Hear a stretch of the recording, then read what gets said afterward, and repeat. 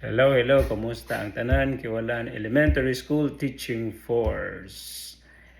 And I miss you all, but don't get me wrong. I only miss the fun things. But aside from that, no, I don't miss at all being a teacher. And this message is exclusively for Parinik on his retirement day. Congratulations, Parinik, on your retirement. Wishing you joy and happiness today and on the days onward. Know that you are truly an amazing person, and you only deserve the best. I am grateful that we once were a good colleague, and I don't have any memories that we argued, but rather we always compromise for the betterment of our kids. A big word, no? Mura pag tinuod, betterment yun.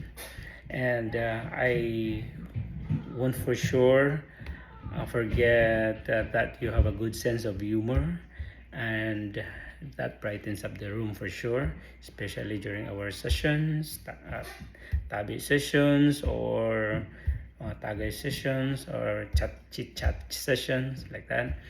And I think that's one of your good assets as well, why your wife Lucille loves you dearly.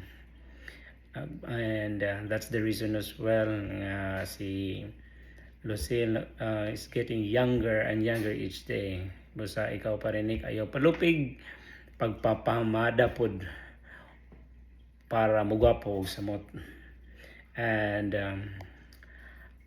you are also a good father to your kids, and I am hoping and looking forward to see your apu very very soon.